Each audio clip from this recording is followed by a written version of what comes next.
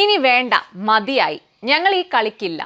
സംഭവം തോറ്റു തുന്നമ്പാടിയ ഒരു രാജ്യമായ ഇറാന്റെ രോദനമാണ്. ഞങ്ങൾ ഇനി ഈ യുദ്ധത്തിനില്ല. ഈ ഇസ്രയേൽ എന്താണ് അറ്റാക്ക് ചെയ്യുന്നതെന്ന് സാറ്റലൈറ്റ് ഇമേജിൽ വളരെ കൃത്യമായിട്ട് കാണിക്കുന്നുണ്ട്.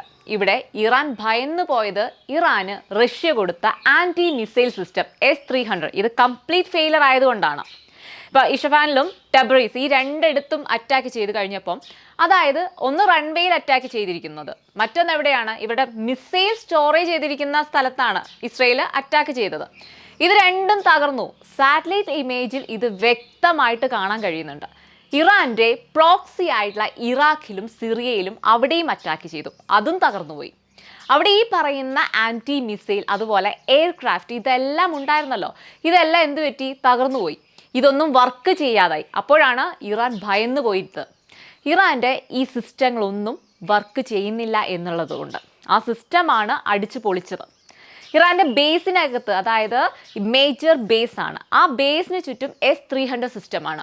അപ്പോൾ അത് ഒരെണ്ണം പോലും വർക്ക് ചെയ്യാതായി. ഇറാൻ ശരിക്കും പേടിച്ചു. ഇറാൻ ഇസ്രയേലിൻ്റെ ബോർഡറിലല്ലേ അന്ന് അറ്റാക്ക് നടത്തിയത്. ഇപ്പം അന്തരീക്ഷത്തിൽ വെച്ച് തന്നെ ഇസ്രയേൽ എന്ത് ചെയ്തു, എല്ലാം ഇല്ലാതാക്കി. അതിൻ്റെ വീഡിയോ പുറത്ത് കൊണ്ടുവന്നതും ഇസ്രയേൽ തന്നെയാണ്. പക്ഷേ ഇറാൻ്റെ കാര്യത്തിൽ നേരെ തിരിച്ചാണ് സംഭവിച്ചത്. ഇറാൻ്റെ ഉള്ളിൽ കയറിയാണ് അടിച്ചത്. ഇറാൻ ഒന്നും ചെയ്യാൻ പറ്റാത്തൊരവസ്ഥയിലായി.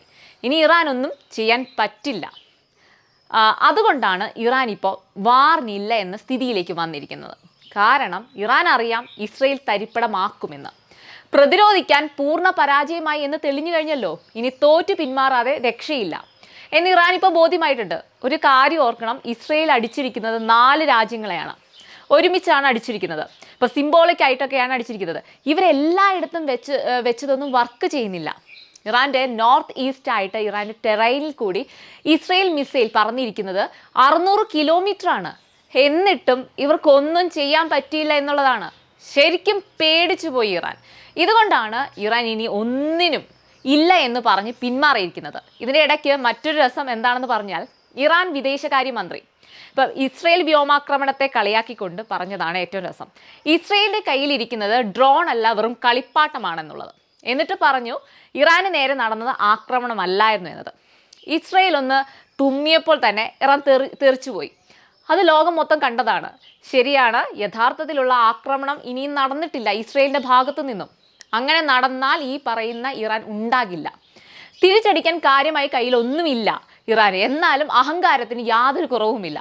എന്തായാലും ഇപ്പോൾ ഇറാന് മനസ്സിലായി ചവിട്ടിയത് കിങ് കോബ്രയേക്കാൾ വിഷമുള്ള ഇനത്തെയാണെന്ന്. എന്തായാലും ഇറാൻ ഭയന്നു. ഇനിയും ഇസ്രയേലിനെ വെറുതെ പ്രകോപിപ്പിക്കാതെ അടങ്ങി ഒതുങ്ങി ഇരിക്കുന്നതാണ് ഇറാന് നല്ലത്.